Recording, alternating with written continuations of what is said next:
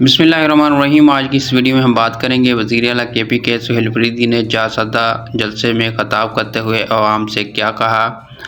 وزیر اعلیٰ خیبر پختونخوا سہیل فریدی نے جلسے سے خطاب کرتے ہوئے کہا کہ 4 سدہ کی عوام سے خطاب اس لیے ضروری تھا یہاں سے ایک سیاسی جماعت کا خاتمہ کیا۔ خیبر پختونخوا کے عوام بانی چیئرمین پی ٹی آئی کے ساتھ کھڑے ہیں اور کھڑے رہیں گے۔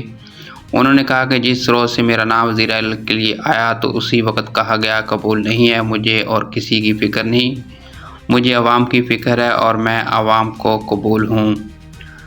ان کا کہنا تھا کہ میری عوام کی آنکھوں میں انقلاب کی چمک ہے، تبدیلی آ نہیں رہی، تبدیلی آ چکی ہے۔ وزیر اعلیٰ خیبر پختونخوا نے کہا کہ پریس کانفرنس کر کے مجھے دہشت گرد قرار دینے کی کوشش کی گئی، میرے بارے میں کہا گیا یہ بچہ ہے، چلا نہیں سکے گا، ڈرون اٹیک اور بمباری قبول نہیں۔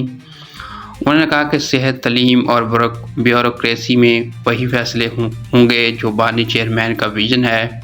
میرا اتنا لیول نہیں کہ میں کسی کے بارے میں بات کروں، مجھے ووٹ بانی چیئرمین کے نام سے ملا ہے۔ سہیل فریدی نے کہا کہ میں نے اپنے بانی چیئرمین سے ملنے کی کوشش کی، وزیر اعظم سے بات کی، عدالت نے فیصلہ دیا، مجھے ملنے نہیں دیا گیا، فیصلہ سڑک پر ہوگا، بند کمروں میں فیصلے نہیں کریں گے، تیاری پکڑیں، پارٹی کی طرف سے جلد ہدایات آئیں گی۔ وزیر اعلیٰ کا کہنا تھا کہ مجھے کہا گیا کہ 4 سدہ خیبر غور کر نہیں جاؤ، جان کو خطرہ ہے، جنہوں نے ظلم جبر کیا انہیں انصاف کے کٹہرے میں لائیں گے۔